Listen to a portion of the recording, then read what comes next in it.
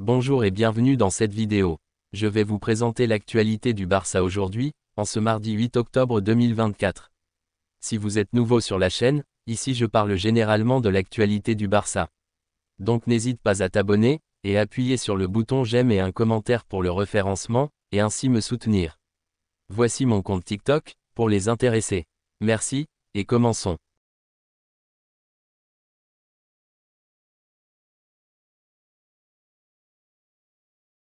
Dimanche, le Barça affrontait le Deportivo Alavés, et les Blaugrana se sont imposés 3-0, grâce à un triplé de Robert Lewandowski. Voici quelques déclarations d'Hansi Flick après le match.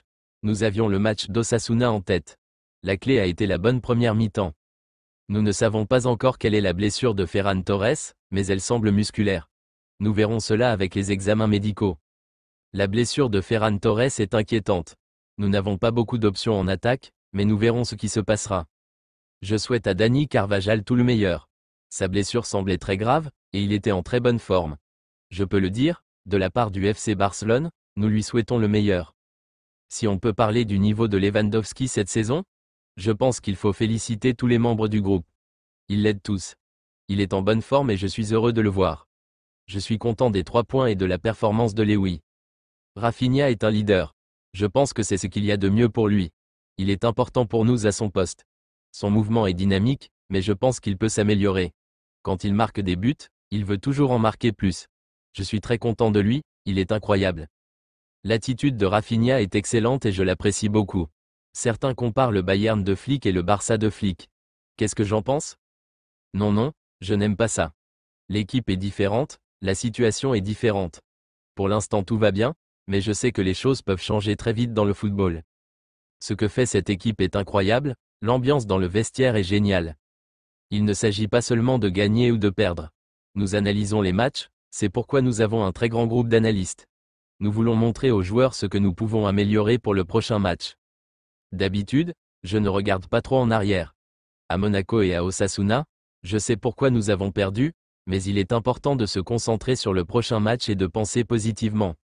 Notre ligne de front a contribué à plus de buts que n'importe quelle autre ligne de front en Europe. Comment j'explique cela? Nous travaillons à l'amélioration de notre idée. Nous expliquons comment nous voulons jouer. Lors de chaque séance d'entraînement, nous nous réunissons pour discuter de l'aspect technique, et de la manière dont nous devons faire les choses. La dynamique entre ces joueurs est fantastique. Elle nous aide beaucoup. Marquer beaucoup de buts est bon pour la confiance en vue du prochain match. Le Barça retournera au Spotify Camp Nou, avec 62 000 places disponibles.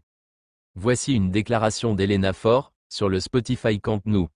Nous travaillons pour revenir au Spotify Camp Nou avant la fin de l'année, mais il y a des facteurs qui pourraient changer nos plans. Selon Sport, le staff technique du Barça est très proche de Lamine Yamal, et tente de lui expliquer l'intérêt pour le joueur de se reposer en fin de match. Mais le jeune joueur a encore du mal à le comprendre et veut tout jouer. La saison dernière, Lamine Yamal a eu du mal à jouer les 90 minutes des matchs. Cependant, le joueur s'est renforcé et s'est habitué au football de première division. Hansi Flick a remplacé Lamine Yamal contre Alavés, car le joueur est susceptible de débuter les 2 matchs de l'Espagne pendant la trêve internationale. Dani Olmo pourrait revenir de sa blessure lors du match contre Séville. Hansi Flick envisage de faire appel à Gavi pour le prochain match du FC Barcelone contre Séville. Gavi s'entraîne de manière spectaculaire. Hansi Flick lui a même dit en plaisantant d'arrêter de s'entraîner si dur. Ferran Torres s'est blessé lors du précédent match, et le Barça le confirme à travers ce communiqué officiel. Voici le communiqué officiel du Barça. Les examens effectués sur Ferran Torres ont confirmé qu'il souffre d'une lésion musculaire du biceps fémoral de la cuisse droite. La date de son retour à l'entraînement dépendra de son évolution.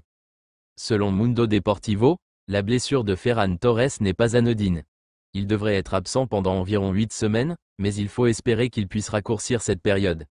Il est blessé à la même zone que celle où il s'était blessé en janvier. Selon Mundo Deportivo, le Barça a envisagé de garder Iñaki Peña et Wojciech Szczęsny en rotation, en fonction de la compétition que l'équipe joue. Hansi Flick prendra la décision finale. C'est officiel, Andrés Iniesta a pris sa retraite. Il a pris sa retraite du football professionnel. C'est tout pour aujourd'hui, et merci d'avoir suivi la vidéo.